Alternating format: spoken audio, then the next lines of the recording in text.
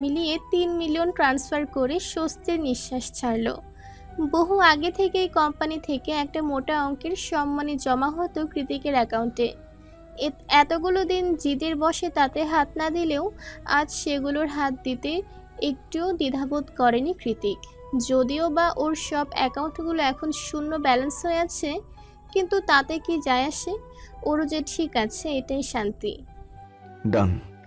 কৃতিকের কথায় লোকটা নিজের ফোন চেক করলো, অতঃপর কাউকে ফোন করে কানে লাগালো, ব্লুটুথের সাহায্যে বলল, চলে এসো, কাজ হয়ে গিয়েছে। লোকটার কথা শুনে কৃতিকও ফোনের মাঝে কিছু একটা চেক করলো, অতঃপর লোকটিকে পাশ কাটিয়ে এগিয়ে যেতে লাগলো অন্ধকার কটেজের দিকে। এক দিক দিয়ে ইশতিয়াক পাঠান বেরিয়ে যাচ্ছে, অন্য দিক দিয়ে কৃতিক লঞ্চ ছাড়িয়ে কটেজের দিকে এগিয়ে যাচ্ছে। আড়াআড়ি একটা দৃশ্য, দুজন দুজনকে পাশ কাটিয়ে চলে যাচ্ছে। যেতে যেতে কৃতিক আরও একবার ফোন চেক করলো। ওদিকে ধীর পায়ে সামনে এগিয়ে যেতে যেতে পেছনে ঘুরে এক নজর কৃতিকের বাজ পাখির মতো তীক্ষ্ণ চোখ দুটোর দিকে তাকিয়ে বাঁকা হাসল লোকটা। অতঃপর কানে লাগানো ব্লুটুথে অপর পাশের কাউকে হিসিয়ে বলল, জাস্ট বার্ন ইট। কৃতিকের তীক্ষ্ণ নজর তখনও মোবাইলের স্ক্রিনেই নিবদ্ধ ছিল। ঠিক সে সময় আচমকা চোখের সামনে দাউ দাউ করে জ্বলে উঠল কাঠের তৈরি কটেজগুলো। চোখের সামনে অনাকাঙ্ক্ষিত এই দৃশ্য দেখে হকচকিয়ে উঠল কৃতিক। এতগুলো টাকা পাওয়ার পরেও লোকটা এমন কিছু করবে সেটা বোধহয় কল্পনাতেও আশা করেনি ও। ওই জন্যই হুট করে ঘাবড়ে গিয়ে দাউ দাউ করে জ্বলন্ত কুটিরগুলোতে নজর বুলিয়ে লোকটার পানে অবিশ্বাসের চোখে তাকালো কৃতিক। ওর আহত চোখ দুটোর দিকে তাকিয়ে লোকটা গা ছাড়া ভাবে হেসে বলল, কেন যেন মনে হচ্ছিল বাবা জীবন আমাকে এত সহজে ছেড়ে দেবে না, তাই ছোট্ট একটু প্রোটেকশন দিলাম। এবার তুমি ভাবো কি করবে, আমাকে ধরবে নাকি নিজের বউকে বাঁচাবে? কথা বলতে বলতেই ভাবলেশীন হয়ে ঠোঁট উল্টালো লোকটা। কৃতিকের চোখে তখন জ্বলে উঠছে তীব্র রাগের অগ্নিস্ফুলিঙ্গ। মারাত্মক ক্রোধে শরীরটা কাঁপছে ওর।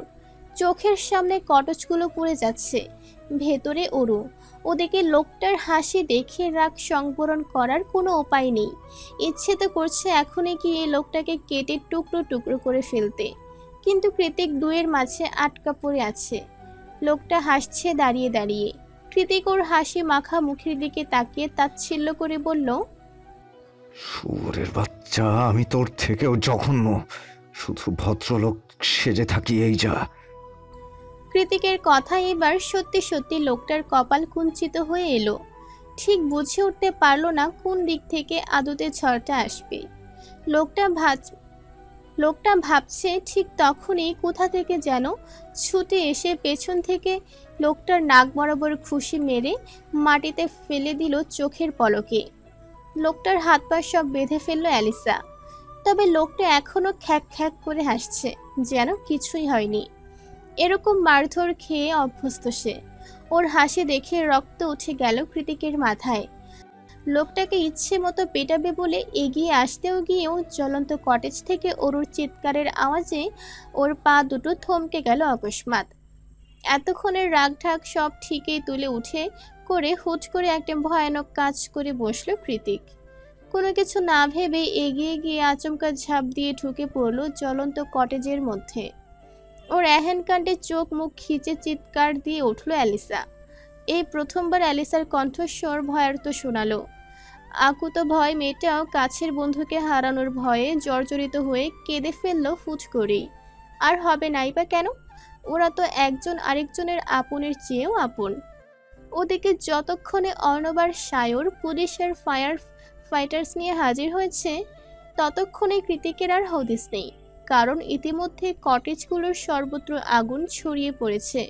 দাও দাও করে এক একটা কটেজকে যেন গ্রাস করে নিচ্ছে রাক্ষসী অগ্নিশিখার দল। এখানে এসে এমন জ্বলন্ত আগুনের লেলিহানের মাঝে কৃতিককে হারিয়ে যেতে দেখে সায়র আর অর্ণব দুর্বল চিত্তে হাঁটু ভেঙে ধপ করে মাটিতে বসে পড়ল একই সাথে। কৃতিক এত সহজে হার মানার ছেলে নয়। খুব অল্প বয়সে জীবন থেকে ওকে অনেক কিছু শিখিয়ে দেখিয়ে দিয়েছে। তাছাড়া ও বরাবরই বেপরোয়া স্বভাবের। কলিজার মধ্যে ভয় ডর কিছু নেই বললেই চলে, যদিও বা থেকে থাকে সেটা শুধুমাত্র অরুকে হারানোর ভয়, যেই ভয়ে আগাগোড়া তটস্থ কৃতিক। আর আজ এই মুহূর্তে অরুর জন্যই জ্বলন্ত কুটিরের মধ্যে নির্দ্বিধায় পা বাড়িয়েছে ও। ছোট্ট ঘরের চারিদিকে আগুন ছড়িয়ে পড়লেও ভেতরটা ধোঁয়ার কুণ্ডলিতে ঝাপসা হয়ে আছে। কৃতিক ধোঁয়ার মধ্যে ছুটে গেল অরুর নিকট। অরুর হাত পা মুখ সবকিছু চেয়ারের সাথে বাঁধা, লম্বা চুলগুলো মাটি ছুঁই ছুঁই করছে, মাথাটাও টলছে। অরু হয়তো ভেবেই নিয়েছিল এটাই ওর শেষ, কিন্তু হঠাৎ করেই সব সময়ের মতো আধারের মরীচিকার মধ্যে একটুখানি আলোর ছটা হয়ে ওর সামনে এসে দাঁড়ালো ওর সেভিয়ার, ওর জায়ান কৃতিক, যাকে এই মুহূর্তে ঝাপসা অথচ ব্যাকুল চিত্তে পরখ করছে অরু। কৃতিক হুডি পরে আছে, মাথাটা ক্যাপ দিয়ে সম্পূর্ণ ঢাকা, তবু লম্বা চুলের অনুপস্থিতিটা ঠিকই ধরতে পারল অরু। সেই সাথে কৃতিক শুকিয়েও গিয়েছে অনেকটা। এতগুলো দিন পরে এতটা বিচ্ছেদের যন্ত্রণার ইতি টেনে কৃতিকের মুখোমুখি হওয়াটা ছিল অরুর কাছে স্বপ্নের মতোই সুন্দর আর চমকপ্রদ। তাই তো এই আগুনের লেলিহান, এই শারীরিক যন্ত্রণা, এই ফাঁকা মস্তিষ্ক সব কিছুকে ছাপিয়ে চোখের সামনে কৃতিককে দেখতে পেয়ে সহসা ছটফট করে উঠল অরু। মুখ বাঁধা অবস্থাতে কেঁদে উঠল চিৎকার করে। কৃতিক ব্যথাতুর চাহনিতে তাকিয়ে আছে অরুর মুখের দিকে, যে এই মুহূর্তে ওকে দেখে হাত পা দামাচ্ছে আর শব্দ করে কাঁদছে। আজ এই মুহূর্তে দাঁড়িয়ে অরু ঠিকই বুঝতে পেরেছে, সেদিনের সেই স্বপ্নে অরু যখন গভীর চোরাবলির নিচে হারিয়ে যাচ্ছিল, তখন ওর হাতটা অন্য কেউ নয়, স্বয়ং কৃতিকে টেনে ধরেছিল। কারণ এতদিনে এইটুকু বিশ্বাস করে ফেলেছে যে শেষ নিঃশ্বাসের আগ পর্যন্ত এই লোকটা ওর হাত ছাড়বে না, কিছুতেই ছাড়বে না। কৃতিক এগিয়ে গিয়ে তাড়াহুড়ো করে অরুর হাত পায়ের বাঁধন খুলে দিতেই অরু তৃষ্ণার্থ চাতকের মতো উঠে দাঁড়িয়ে নিজের কাঁপা কাঁপা হাত দুটো ছুয়ালো কৃতিকের মসৃণ তীক্ষ্ণ গালে। সেভাবে দু হাত রেখেই এক ধ্যানে দেখতে লাগলো নিজের ফেরারি ভালোবাসার মুখখানা। আজ কতগুলো দিন বাদে এই মানুষটাকে স্পর্শ করলো ও। ভীষণ স্বস্তিতে দম বন্ধ হয়ে আসছে ওর, চোখ দুটো ঝাপসা। কৃতিক কোনো কিছু না বলে অরুর হাতে ঠোঁট ছুঁয়েছে, কি ছুঁয়ায়নি তার আগে অকস্মাৎ চেতনা হারিয়ে কৃতিকের বুকেই ঢলে পড়ল অরু। ফায়ার ফাইটারদের সাহায্যে অচেতন অরুকে কোলে নিয়ে খুব সহজে বাইরে বেরিয়ে আসতে পেরেছে কৃতিক। ততক্ষণে ইশতিয়াক পাঠানকে ধরে ফেলেছে ইউএসএ পুলিশ। কৃতিক অরুর সমেত লোকটার কাছে এগিয়ে এসে বলল, ইউ ফাকড আপ শ্বশুর বাপ্পা, আগেই বলেছিলাম তোকে আমি কৃতিক এতটাও ভদ্রলোক নই। এবার জেলে গিয়ে ডিসাইড কর 3 মিলিয়ন দিয়ে কি কি করবি। আর হ্যাঁ, এটা বাংলাদেশ পুলিশ নয় যে চাইলেই বড় মাথাওয়ালাদের পা চেটে বেরিয়ে আসবি। তোকে উপযুক্ত শাস্তি প্রদানের জন্য ঠিক যা যা করা দরকার আমি তাই তাই করব। প্রথমে আমেরিকান গভর্নমেন্টের কঠোর শাস্তি ভোগ করে নে, তারপর না হয় কোনোদিন মুক্তি পেলে আমি নিজেই তোর চমদূত হব। তুই আর এই জীবনে আমার হাত থেকে নিস্তার পাবি না। কথাটা বলে লোকটার মতো করে নিঃশব্দে একটা কপট হাসি দিল কৃতিক। অন্ধকারের মাঝে হৃদয়ে কাঁপন ধরিয়ে দেবার মতোই ভয়ানক দেখালো সেই মেকি হাসি। একটা ছোট্ট জায়গায় গুটিসুটি মেরে ঘুমাতে ঘুমাতে শরীরের মাংসপেশি সব ব্যথায় টনটন করছে অরুর, অথচ মস্তিষ্কটা সেই তুচ্ছ ব্যথার ঊর্ধ্বে গিয়ে নীরব আর চিন্তামুক্ত হয়ে ক্রমশ ঘুমের দিকে ঠেলে দিচ্ছে ওকে। ঘুমের রেশ কাটাতে না পেরে সরু জায়গার টুকতেই এবার একটু আরাম করে শুলো অরু। ওর মাথার নিচের বালিশটা বেজায় শক্ত কিন্তু উষ্ণ। এমন উষ্ণতা বিগত 2 মাস ধরে অরু কত খুঁজেছে তার ইয়ত্তা নেই, অথচ আজ হুট করে এই উষ্ণ বস্তুটা ওর কাছে নিজে থেকেই ধরা দিল। এর প্রশান্তির আর কী বা হতে পারে? এত কিছু ভাবতে ভাবতে ঘুমের ঘোরে শক্তপোক্ত উষ্ণ বালিশকে নাক ঘষল অরু। বরাবরের মতোই বদভ্যাসের বশবর্তী হয়ে ঘুমের কোণ বেয়ে বেরিয়ে আসা লালাটুকু ও তাতে মুছল। কিন্তু যখনই নাক টেনে লম্বা শ্বাস নিল, ঠিক তখনই টনক নড়ল অরুর।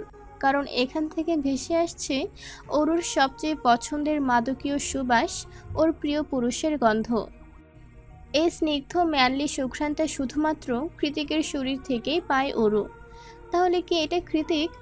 প্রশ্নটা মস্তিষ্ক ছুতেই তন্দ্রা ছুটে গেল অরুর। তৎক্ষণাৎ চকিতে চোখ খুলে দেখতে পেল এটা অন্য কারোর হাত নয়, স্বয়ং কৃতিকের চওড়া ঢেউ খেলানো বক্ষদেশ, যা নিঃশ্বাসের তালে তালে বারবার ওঠানামা করছে ওর চোখের সামনে। তার মানে কি এটা স্বপ্ন ছিল না?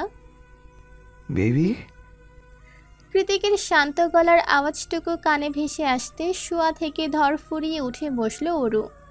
চারিদিকে চোখ বুলিয়ে বুঝল ওরা এই মুহূর্তে গাড়িতে বসে আছে। গাড়িটা এক জায়গায় স্থির, তার মানে চলছে না। আর অরু এতক্ষণ ধরে কৃতিকের বুকেই শুয়ে নিরিবিলি ঘুমোচ্ছিল।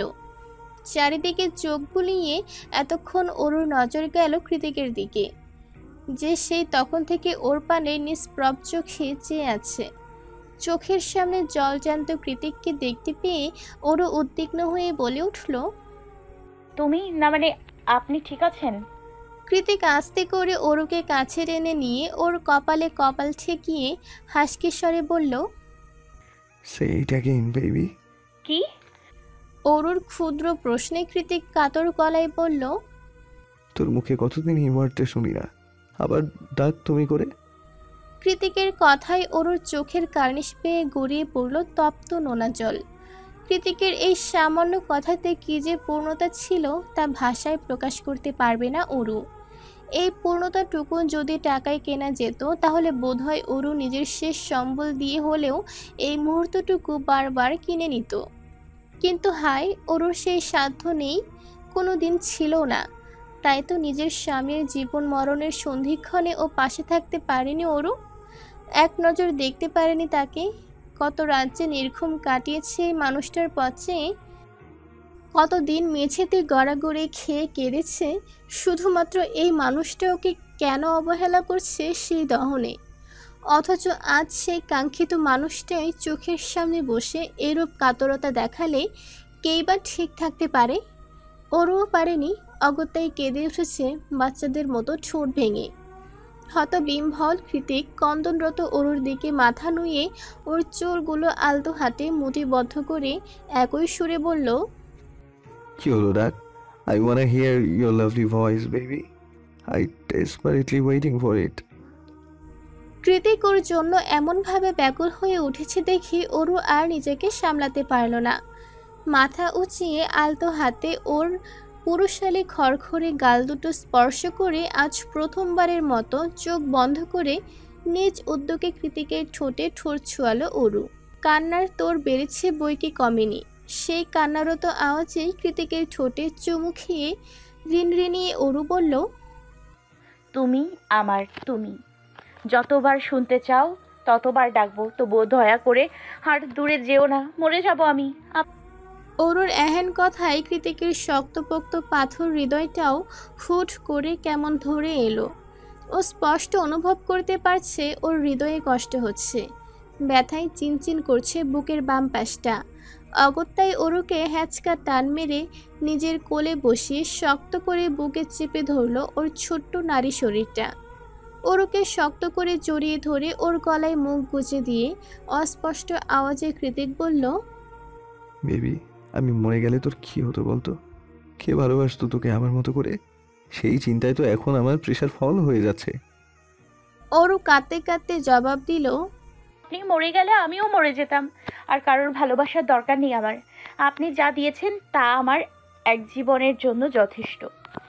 অরুর কথা শুনে কৃতিক এবার মাথা তুলে ওর চোখে চোখ রেখে নিজের হাত পেছন থেকে অরুর জামার মধ্যে ঢুকিয়ে দিয়ে বলল, তুই আমার জন্য এতটা পাগল কবে হলি অরু? অরু নাক টেনে বলল, জানি না তো। বেবি, এবার না হয় আমার সাথে এই অচেনা শহরে থেকে যা। মাঝে মাঝে তোকে নিয়ে যাব দেশে, কিন্তু সারা জীবন আমার সাথেই থাকবি তুই। আমি আর দূরত্ব চাচ্ছি না অরু, থাকতে পারবো না তোকে ছাড়া। কৃতিকের কথা শুনে অরু ওর হুডির ফিতে আঙুল ঘুরাতে ঘুরাতে বলল, থেকে গেলে কি করবেন? অরুর তুলতুলে কোমল পৃষ্ঠদেশে আলতো হাতে স্পর্শ করে ওর কপালে কপাল ঠেকিয়ে কৃতিক হিসিয়ে বলল, আদর করব, অনেক আদর করব, একটুও কষ্ট দেবো না, আই প্রমিস। ওরও ঠোঁট উল্টে বলল। কিন্তু আপনি তো রেগে গেলে মারেন।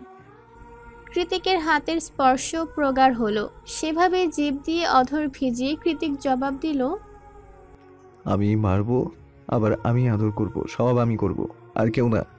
কারণ তুই আমার যতখানি আছিস, আমি তার থেকেও তোকে আরো বেশি চাই, হার্টবিট।